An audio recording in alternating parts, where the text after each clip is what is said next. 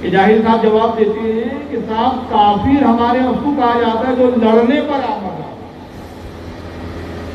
کافر کی یہ ڈیفینیشن، جو لڑنے والا ہو اس کو کافر کہتے ہیں. حالانکہ اس کا بڑا سمپل میں جواب دے رہا ہوں. کافر اس کو نہیں کہتے جو لڑنے والا ہو. ایک مسلمان شخص ہے جو کہتا ہے میں رسول کو مانتا ہوں، جو کہتا ہے بھائی میں نماز کو بھی فرض جانتا ہوں، قرآن کو بھی مانتا ہوں، اللہ کو بھی مانتا ہوں، میں روزے کو فرض نہیں مانتا، کافر. اب کوئی جنگ لڑ رہا ہے، وہ تلوار لے کے کھڑا ہے آپ کے سامنے، کافر. اور کافر لفظ گالی نہیں ہے. کیوں گالی نہیں ہے؟ یہ عربی کا ایک ورڈ ہے، عربی کا ایک جملہ ہے. کافر کے معنی ہوتے انکار کرنے والا، منکر، رد کرنے والا. اور اس ڈیفینیشن کے حساب سے، اس کو غور سے سمجھو، ورنہ آپ کنفیوز ہو گئے تو مسئلہ کچھ نہ کچھ ہو جائے. لفظ کافر کی جو ترجمہ، لغوی ترجمہ میں نے بتایا، لغوی ترجمہ، اصطلاحی ایک الگ بات ہے. لغوی ترجمے کے اعتبار سے، لغت کے ترجمے کے اعتبار سے جب سنسکرت کی کتابوں کو عربی میں ڈھالا جائے گا تو جو ان کے مذہب کو نہیں مانتا، عربی میں اگر ان کے لٹریچر کو ڈھالے تو وہ بھی لفظ کافر ہی استعمال کرے. سمجھے آپ؟ مثال کے طور پہ ان کے مذہب کا بیس کیا ہے؟ 36 کوٹی خدا ہے. کتنے بھگوان ہیں؟ 36 کوٹی. ہم کہتے ہیں ہم ایک خدا کو مانتے ہیں. ہم نے کیا کیا؟ 36 کوٹی کا انکار. تو جب وہ ہمارے خلاف لکھیں گے، ان کا لٹریچر سنسکرت میں کہ جو 36 کوٹی بھگوان کو نہ مانے وہ ادھرمی ہے، یہ تو ہندی ٹرانسلیشن ہوا. مگر اسی بات کو جب وہ عربی میں کہیں گے تو وہاں لفظ کا استعمال کریں گے، وہ بھی کافر. تو کافر گالی نہیں ہے، ایک لفظ ہے. جو اس کو گالی بک رہا ہے، سمجھ رہا ہے وہ بیوقوف ہے. جو اس کو گالی بتا رہا ہے بیوقوف ہے.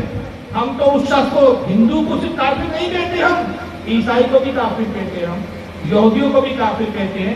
یہودیوں کو بھی کافر کہتے ہیں. ہم کہتے ہیں محمد صلی اللہ علیہ وسلم اللہ کے آخری رسول ہیں، مانو. یہودی کہتے نہیں، ہم موسیٰ تک مانتے، موسیٰ کے آگے نہیں مانتے. ہم نے کہا آپ نے انکار کیا، انکار کرنے والا کافر.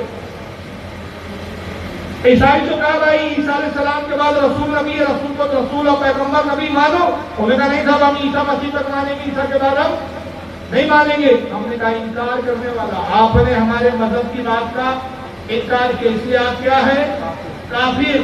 اور پھر عیسائی، یہودی، ہندو ہی کافر نہیں. ایک وہ شخص جو اپنے آپ کو مسلمان بتائے، وہ رسول کو بھی ماننے کا دعویٰ کرتا ہے، قرآن ماننے کا بھی دعویٰ کرتا ہے. وہ کہتا ہے قرآن اللہ کی کتاب ہے، رسول اللہ کے نبی ہے، پیغمبر ہے، اللہ ایک ہے، لیکن میں جو ایسا نماز کو فرض ہی نہیں مانتا.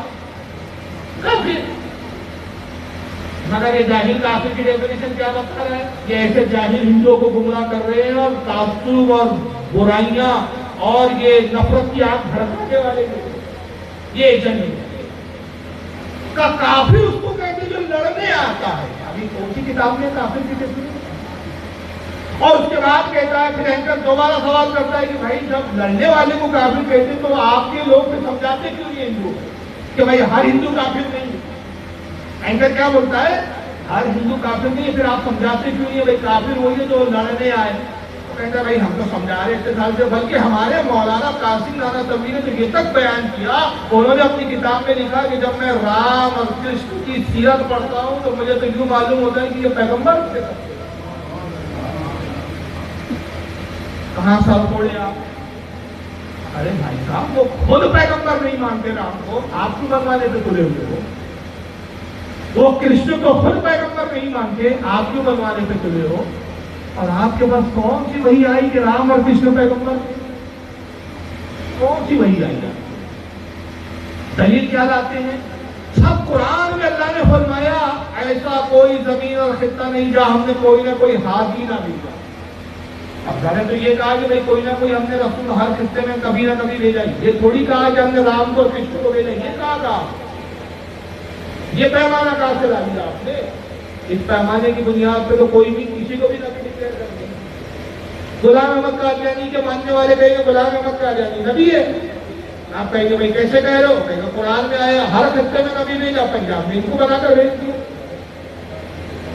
تو کہا جائے گا کہ بھائی جب رسول آخری نبی ہے تو بعد میں آ نہیں سکتا، اور نبی سے پہلے جو رسول آئے کچھ کے نام قرآن میں ہے، جن کے نام آ گئے ہم نام کے ساتھ ایمان رکھتے ہیں، اور جن کے نام نہیں آئے ہم کہتے ہیں آمنت باللہ و ملائکتہ و کتبہ و رسلہ، ہم ایمان لائے اللہ کی تمام کتابوں پر، اللہ کے تمام فرشتوں پر، اللہ کے تمام رسولوں پر۔ اے اللہ جو بھی تیرا رسول ہے ہمارا ایمان، مگر یہ ڈیوٹی نہیں دی اللہ نے، ہر ایک کو نام بنام چیک کرتے تھے اور کاٹ لے کر یہ رسول ہے کیا، یہ رسول ہے کیا، یہ رسول ہے کیا۔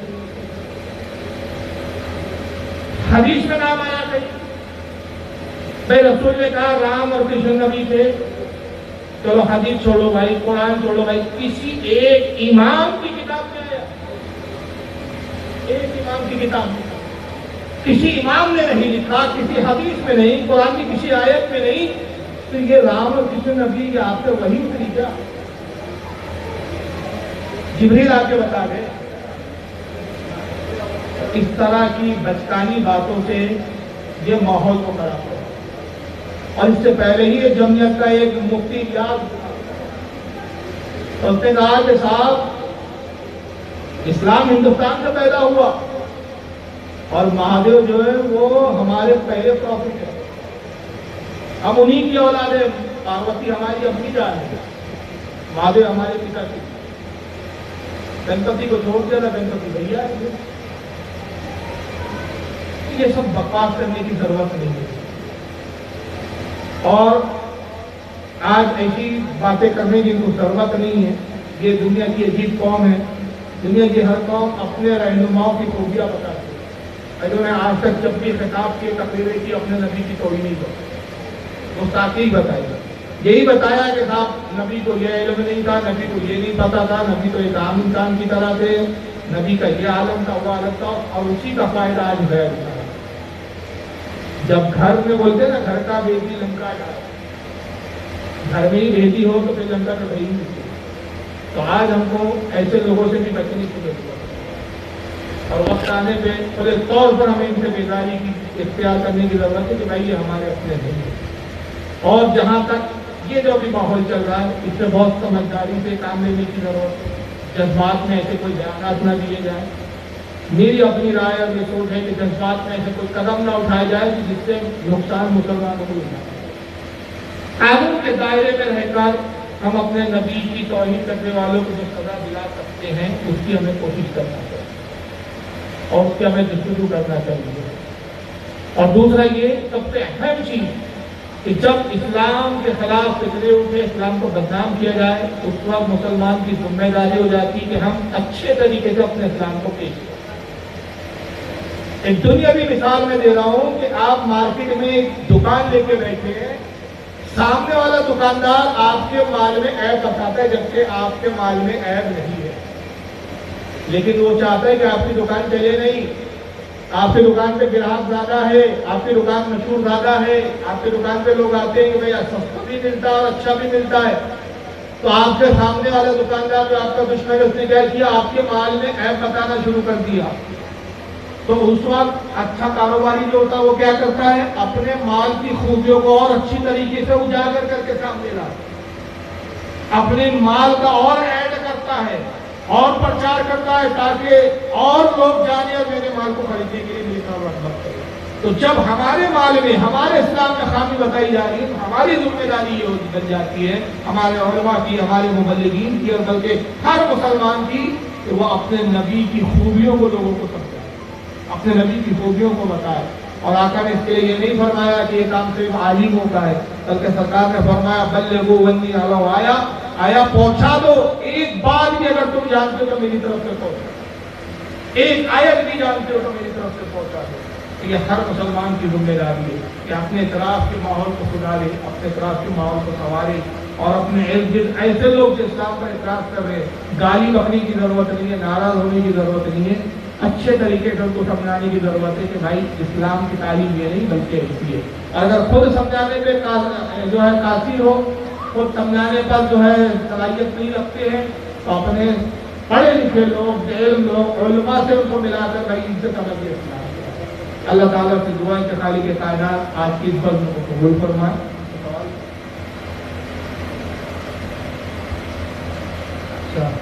خالق تقریب میں آئے.